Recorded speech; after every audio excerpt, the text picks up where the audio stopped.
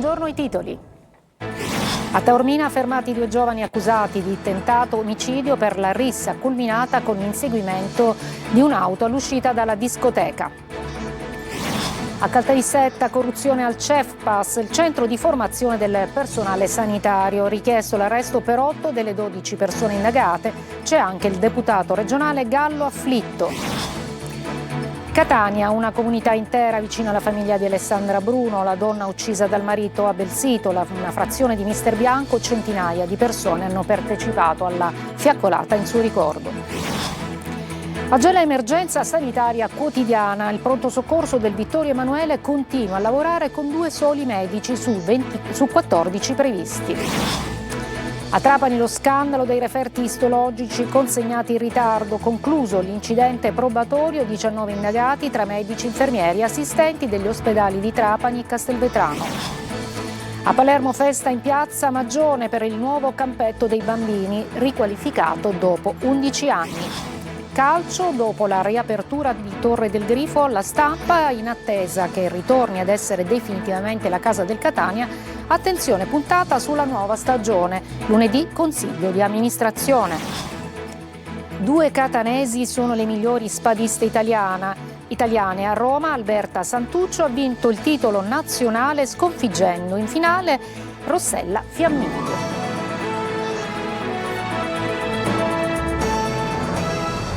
Buongiorno, benvenute e benvenuti a Taormina. Fermati 2 giovani accusati di tentato omicidio per la rissa della notte tra il 1° e il 2 giugno. Il sindaco Cateno De Luca ha scritto intanto alla Meloni per il problema sicurezza. Francesco Triolo. Ci sono 2 fermati per la rissa scoppiata la notte tra l'1 e il 2 giugno a Taormina all'esterno della discoteca Ipanema. Si tratta di 2 giovani messinesi di 24 e 25 anni che sono stati identificati dagli agenti della squadra mobile di Messina e del commissariato di Taormina dopo la visione dei video diffusi sui social network e delle tante telecamere di videosorveglianza presenti nella zona. Per entrambi la procura di Messina ha disposto lo stato di fermo con l'accusa di tentato omicidio aggravato ai danni di altri giovani. Gli inquirenti hanno analizzato i video nei quali si vedeva una station wagon oscura effettuare manovre repentine per poi dirigersi ad alta velocità verso alcuni pedoni. Dalle indagini, rese difficili dalla reticenza di tanti presenti sul luogo al momento della rissa, sarebbe emerso come la lite sarebbe scoppiata all'esterno della discoteca per futili motivi tra un gruppo di giovani residenti in provincia di Catania ed alcuni messinesi. Sul fermo dei 2 giovani adesso dovrà decidere il GIP del Tribunale di Messina e sulla vicenda il sindaco di Taormina Cateno De Luca non vuole che l'episodio venga sottovalutato alle porte di una stagione turistica che vedrà tante serate di movida ancora, così ha chiesto un intervento immediato del governo sul fronte della sicurezza, scrivendo alla Presidente del Consiglio Giorgia Meloni e al Ministro dell'Interno Matteo Piantedosi e sollecitando misure urgenti per contrastare gli episodi di violenza nelle aree della movida. De Luca ha chiesto la convocazione di un tavolo con il governo coinvolgendo anche l'Associazione Nazionale dei Comuni per individuare nuovi strumenti di prevenzione e controllo con un sistema interforze che possa rappresentare un deterrente per risse e malamovida. Tra le proposte sul tavolo anche l'estensione degli obblighi di vigilanza e sicurezza ai gestori dei locali nelle aree immediatamente esterne alle attività, luoghi dove spesso si verificano le situazioni più critiche. A Caltanissetta corruzione al centro CEFPAS, il centro di formazione del personale sanitario. Richiesto l'arresto per 8 delle 12 persone indagate. C'è anche il deputato regionale Gallo Afflitto. Rita Cinardi. Incarichi alla moglie di un deputato regionale, appalti, consulenze, accordi tra enti pubblici e presunti favori politici. E questo è il cuore dell'operazione Corte dei Miracoli, la maxi inchiesta della Procura di Caltanissetta che scuote il centro di formazione del servizio sanitario e per la quale sono state chieste misure cautelari per 8 persone. Il carcere per il deputato regionale Riccardo Gallo Afflitto, per l'ex direttore del CEFPAS Roberto Sanfilippo e per il funzionario del CEFPAS Gioacchino Pontillo. Arresti domiciliari per il direttore generale dell'ASP di Agrigento Giuseppe Capodieci e per Maria Luisa Zoda, per il medico in quiescenza Salvatore Enrico Giambelluca, per il rappresentante della SICE Pietro Tirone e per il funzionario regionale in pensione Vincenzo Reitano. Al centro dell'indagine ci sarebbe una presunta gestione dell'ente di formazione sanitaria regionale piegata agli interessi politici ed economici del deputato regionale. Tra gli episodi contestati figurano 4 incarichi di consulenza e un contratto assegnati alla moglie del parlamentare, la firma di un accordo quadro tra Cefpas e ASP di Agrigento che avrebbe consentito il suo trasferimento lavorativo, presunti favoritismi negli appalti, incarichi assegnati a soggetti indicati all'esponente politico e perfino la vicenda relativa alla realizzazione di una biblioteca digitale. L'indagine avviata nel giugno del 2023 ha portato alle perquisizioni delegate alla Procura ed eseguite questa mattina dalla Polizia di Stato. Adesso saranno gli interrogatori preventivi davanti al GIP a precedere l'eventuale decisione sulle misure richieste dai magistrati. E in queste ore la Regione ha nominato Gianluigi Amico commissario straordinario proprio del Cefpas.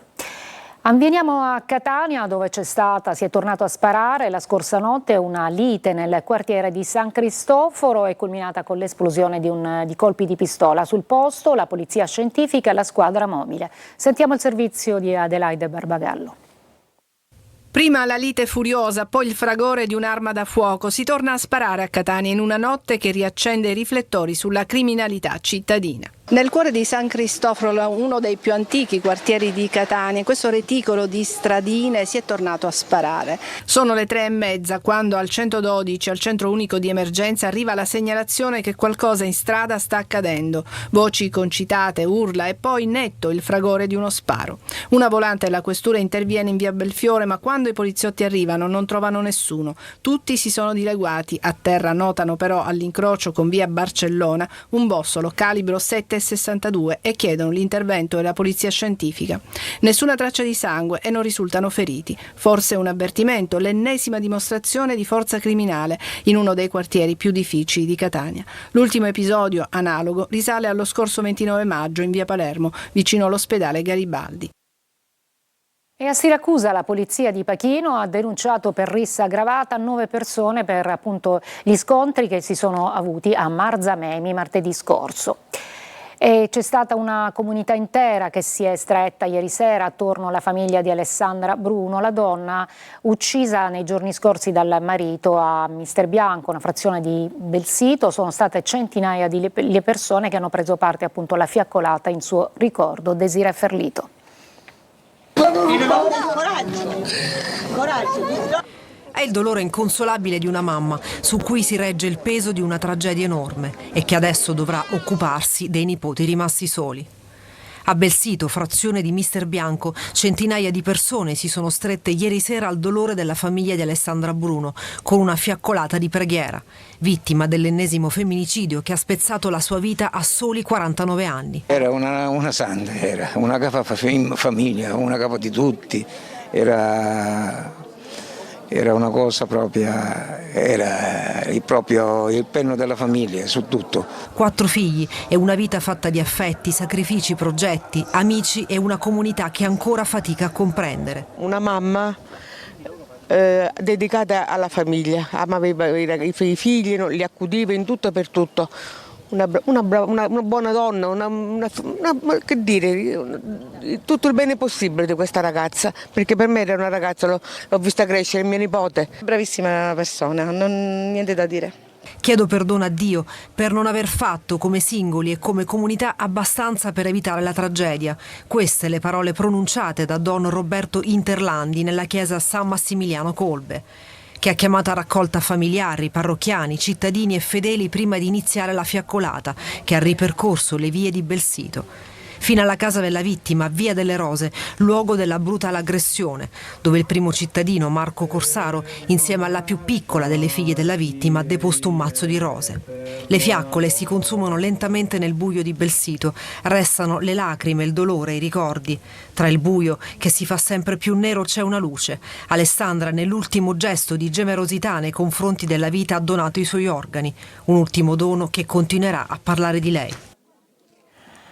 A Gela l'emergenza sanitaria non è più un allarme ma una realtà quotidiana. Pensate, il pronto soccorso dell'ospedale Vittorio Emanuele continua a lavorare con un organico che ha solo 2 medici su 14 previsti. Gera Italia. Il pronto soccorso dell'ospedale Vittorio Emanuele di Gela si regge ormai su un equilibrio sempre più fragile. Secondo la pianta organica, il reparto dovrebbe contare su 14 medici, oltre al direttore dell'unità operativa. Nella realtà però i medici strutturati rimasti in servizio sono soltanto 2, compreso lo stesso direttore. Una situazione che assume contorni ancora più preoccupanti se si considera che altri 2 medici di ruolo sono attualmente assenti per gravi problemi di salute. Eppure il pronto soccorso di Gela non serve soltanto alla città. È il principale presidio di emergenza per un bacino di circa 150.000 abitanti, provenienti anche da numerosi comuni del comprensorio. Ogni giorno affronta centinaia di accessi, spesso in condizioni operative estremamente difficili. Per garantire la copertura dei turni, soprattutto nelle ore notturne, si fa sempre più ricorso a liberi professionisti e giovani medici, molti dei quali alla loro prima esperienza in emergenza-urgenza. Una soluzione tampone che consente di mantenere aperto il servizio, ma che non risolve il problema strutturale della carenza di personale. Da anni si susseguono annunci di potenziamenti e promesse di rafforzamento dell'organico, tuttavia sul fronte operativo i numeri continuano a raccontare una realtà diversa e mentre dal management aziendale e dalla regione non arrivano al momento segnali concreti di inversione di tendenza, cresce il timore che la crisi del pronto soccorso possa trasformarsi in una questione che va oltre l'organizzazione sanitaria, investendo direttamente il diritto dei cittadini ad accedere a cure tempestive e sicure. Ci occupiamo dello scandalo dei referti istologici all'ASP di Trapani, chiuso l'incidente probatorio, ci sono 19 indagati, sentiamo Laura Spanò. Il GIP di Trapani Massimo Corleo ha concluso l'incidente probatorio chiesto dalla Procura nell'ambito dell'indagine sul cosiddetto scandalo dei tumori. Si tratta di 3.000 risultati istologici rimasti non consegnati ai pazienti che nel frattempo rimasero senza le necessarie cure oncologiche. Una vicenda sollevata dalla denuncia a fine 2024 dalla professoressa Maria Cristina Gallo di Mazzara, che attese 8 mesi i risultati istologici. La donna è morta lo scorso anno, ma il GIP ha fatto in tempo a sentirla durante l'incidente probatorio. Sono 19 gli indagati tra medici, infermieri e assistenti degli ospedali di Trapani e Castelvetrano. L'incidente probatorio è servito a raccogliere gli accertamenti ritenuti irripetibili condotti da 3 specialisti di anatomia patologica. Ora il GIP trasmetterà gli atti al PM Antonella Trainito, che nei prossimi mesi procederà verso la conclusione dell'indagine. La decisione potrebbe arrivare in autunno. Da quanto è emerso, la richiesta di rinvio a giudizio potrebbe vedere esclusi alcuni degli indagati e le contestazioni di reato potrebbero essere inferiori a quelle ora contestate. Questo non ridimensiona però l'indagine. Pesanti le conclusioni dei periti che nel loro intervento hanno fatto più volte cenno a responsabilità che non possono essere contestate solo agli odierni indagati. Al vaglio della Procura quindi ci sarebbe l'eventualità di fare altre iscrizioni nel registro degli indagati. E scontro sul ritorno della italo-belga nella gestione della spiaggia di Mondello a Palermo. Il deputato di controcorrente Lavardera attacca il presidente della regione, lo accusa di aver mentito e pubblica una telefonata con un dirigente registrata a sua insaputa. Manlio Viola. Schifani ha mentito ai siciliani dicendo pubblicamente che voleva togliere la italo-belga dalla spiaggia, salvo poi richiamare il dirigente che voleva applicare così la legge. Lo sostiene Ismaele Lavardera, che a sostegno della sua affermazione ha pubblicato sui social la registrazione di una telefonata con il dirigente del settore Rino Berigheli, che ha firmato il provvedimento di decadenza oggi sospeso dal CGA. Una telefonata registrata all'insaputa del dirigente, nella quale il direttore di Territorio e Ambiente racconta di essere stato richiamato per la scelta di revocare la concessione alla italo-belga. Lavardera ricostruisce la vicenda e quell'incontro e parla di una chiara spaccatura fra il governatore Schifani e il suo assessore Giussi Savarino e di ingerenza nei confronti del dirigente. Poi lancia la minaccia di incatenarsi se per ritorsione politica verrà rimosso Berigheli. Ma sia il presidente della regione siciliana Renato Schifani che l'assessore regionale al territorio e ambiente Giussi Savarino parlano invece di ricostruzioni fantasiose e speculazioni politiche. L'incontro richiamato è effettivamente avvenuto a Palazzo d'Orleans ed erano presenti, oltre al presidente della regione e all'assessore, proprio il dirigente Calogero Berigheli, ma solo dopo che il decreto di decadenza era già stato firmato e notificato alla società. Mai alcuna ingerenza sulle scelte degli assessori, dice Schifani, di cui mi fido e conosco bene la separazione tra indirizzo politico e attività amministrativa. Fermiamo una breve pausa poi a Catania, perché è stata intitolata una piazza ai caduti dei Vigili del Fuoco.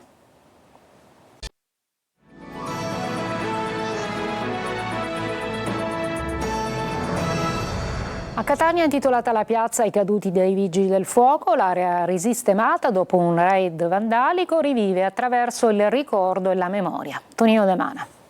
Nessuno muore sulla terra finché vive nei cuori di chi resta. Con questa premessa è stata scoperta la targa toponomastica nella piazza intitolata ai caduti dei Vigili del Fuoco, non distante dal Tonnicello della Playa. Una piazza in passato vandalizzata e dimenticata, ma che ora rivive attraverso il ricordo e soprattutto la memoria. È una piazza molto significativa per il Comando Provinciale dei Vigili del Fuoco di Catania perché ricorda appunto i colleghi che nell'adempimento del proprio dovere hanno perso la vita e hanno sacrificato quindi la vita per aiutare gli altri. Si è battuto per sollecitare il ripristino della piazza e si batte per le tutele dei lavoratori Carmelo Barbagallo. Questa piazza deve rimanere nella mente di tutti perché nessuno deve morire finché rimane nel cuore di chi resta. Questa piazza deve essere intitolata sia ai Vigili del Fuoco che sono morti in servizio, ma anche quelli che sono morti in maniera silenziosa. Lo slargo tra le vie Playa e delle Ondine è stato riconsegnato alla collettività. Ora toccherà alla comunità mantenerlo in ordine, magari pensando al sacrificio dei Vigili del Fuoco. Questa Piazza Magione per il nuovo campetto dei bambini ristrutturato dopo 11 anni. Sentiamo Marco Gullà. I protagonisti sono loro, i bambini. Alla Magione di Palermo ieri è stato inaugurato il nuovo campo riqualificato dal Palermo Calcio in collaborazione con il Comune nell'ambito del progetto Palermo in the Community dedicato al recupero di spazi sportivi per i giovani. Ci sono voluti 11 anni in cui i bambini hanno comunque continuato a giocare in uno spazio sempre più consumato. Oggi è l'ennesima conferma dove è scritto che si debba stare così vicino alla città perché il Palermo e dei palermitani oggi lo è concretamente e quindi secondo me dobbiamo essere molto felici di quello che siamo. Eppure nonostante il campo era praticamente distrutto, i bambini del quartiere Calza hanno continuato a giocare perché lo sport, in questo caso il calcio, può permetterti di intraprendere percorsi più sani. Il Palermo aiuterà Palermo, anche la Calza e la Magione a rinascere e quindi questo è un giorno davvero di luce, di sole, di caldo, ma di novità. Lo facciamo come amministrazione, lo facciamo insieme al Palermo Calcio per ridare vita a questo storico campetto della Magione che è motivo, di importante intesa con le associazioni del territorio. Al momento del taglio del nastro, l'urlo dei bambini corsi dentro il campo ha sciolto l'emozione di tutti.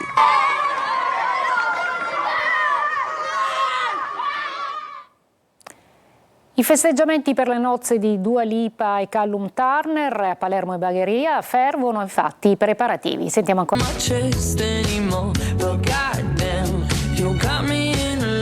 L'evento principale però sarà sabato a Villa Val Guarnera Bagheria, una location da sogno. Tanti i VIP attesi, da Elton John a Robbie Williams, da Adele a Katy Perry e Kylie Minogue. Limitazioni alla circolazione, divieti per larga parte delle strade, transenne, un matrimonio sigillato. Oltre agli accordi di riservatezza con penali da migliaia di euro fatti firmare a tutte le maestranze coinvolte nelle celebrazioni, ai curiosi che hanno affollato la zona antistante Villa Val Guarnera è stato vietato di scattare fotografie e registrare video anche durante la semplice fase dei preparativi.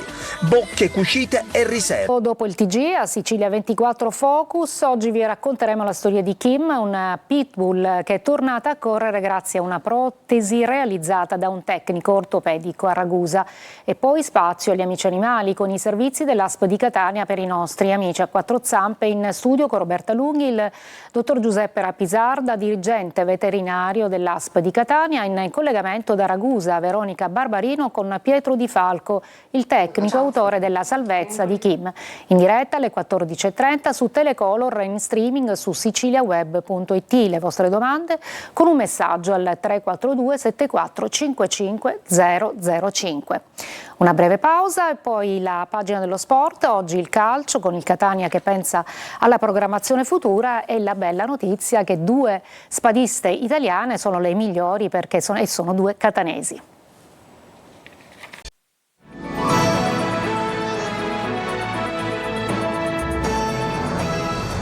Per il calcio, dopo la giornata rappresentata dalla riapertura di Torre del Grifo, la Stampa, in attesa che ritorni definitivamente la casa del Catania, ci si concentra sull'avvio della stagione. Lunedì consiglio di amministrazione. Marco Carli. È stata la settimana di Pelligra. In attesa di averne sul campo, il Catania sventola il più bel risultato della sua stagione, quello della riacquisizione di Torre del Grifo. Il presidente, dopo la nota di lunedì e la riapertura alla stampa del centro alle pendici dell'Etna, in cui ha fatto da cicerone, riparte. Tornerà a luglio, confidando che la macchina per il prossimo anno sportivo si sia messa in moto nel modo giusto. Noi abbiamo sicuramente un'esperienza di 3 anni in questa categoria. Abbiamo giocato contro molti dei club in questi anni che affronteremo nella prossima stagione. Riguardo allenatore, anche il direttore sportivo ancora non abbiamo preso la decisione finale, però c'è un team tecnico all'interno della società e ovviamente un consiglio di amministrazione che si prenderà la briga di decidere. Le persone che sono all'interno del club, ma anche comunque i calciatori, molti di essi hanno comunque esperienza che deriva dalle ultime stagioni passate insieme, quindi sarebbe non corrispondente a verità dire che iniziamo da zero, perché comunque le basi ci sono, ma chiaramente rinforzeremo la squadra. Il consiglio di amministrazione di lunedì darà l'input verso la nuova stagione, mentre sul fronte direttore sportivo il nome resta quello di Varrà. E come allenatore Caserta torna in auge con Biancolino e un po' più defilato De Giorgio. A Torre del Grifo Pelligra confida che il Catania ci entri già per il ritiro. Intanto gli spogliatoi riprendono vita, così come le aree a verde dopo anni di fermo. Intanto ciò che servirà per la prima squadra, poi il resto, compreso lo studio per i pannelli fotovoltaici nel parcheggio, che rappresenterebbero anche una transizione green del centro sportivo. 2 catanesi sono le migliori spadiste italiane. A Roma Alberto Santuccio ha vinto il titolo nazionale sconfiggendo in finale Rossella Fiammingo. Marco Carli. 2 campionesse, 2 medaglie d'oro olimpiche, 2 catanesi e sullo sfondo Roma, vista dalla terrazza del Pincio. La finale di spada femminile fra Alberta Santuccio e Rossella Fiammingo per la conquista del titolo nazionale ha riservato questo scenario e la soddisfazione di vedere quanto la scherma che nasce dalla Sicilia sia sempre sulla cresta dell'onda. Santuccio, che sta attraversando il momento migliore della sua carriera, si è imposta 15-5 con un punteggio che è diventato netto nella terza frazione dopo che le prime 2 si erano chiuse sul 6-5. La Sicilia festeggia anche il terzo posto di Buzzacchino fra gli uomini e 2 amiche che solo in pedana diventano avversarie. Un po' mi spaventa sentirmi la favorita, quindi faccio finta di non saperlo. Avevo sicuramente delle aspettative per questa gara, sto tirando bene, l'ho dimostrato quest'anno, lo dedico ovviamente come sempre alla mia famiglia che mi segue e mi sostiene, lo dedico anche a me questo primo titolo italiano perché me lo sono meritato. Prima di chiudere una notizia dall'ANSA a proposito della strage di Altavilla, perché la Procura di Termini Imerese ha chiesto la condanna a 30 anni per Giovanni Barreca, che è accusato di aver ucciso la moglie Antonella Salamone e i 2 figli Alessandro e Kevin. E invece è stata richiesta la condanna all'ergastolo per i complici di Barreca, appunto Sabina Fina e Massimo Caradente. Io mi fermo qui, grazie per l'ascolto e buon pomeriggio.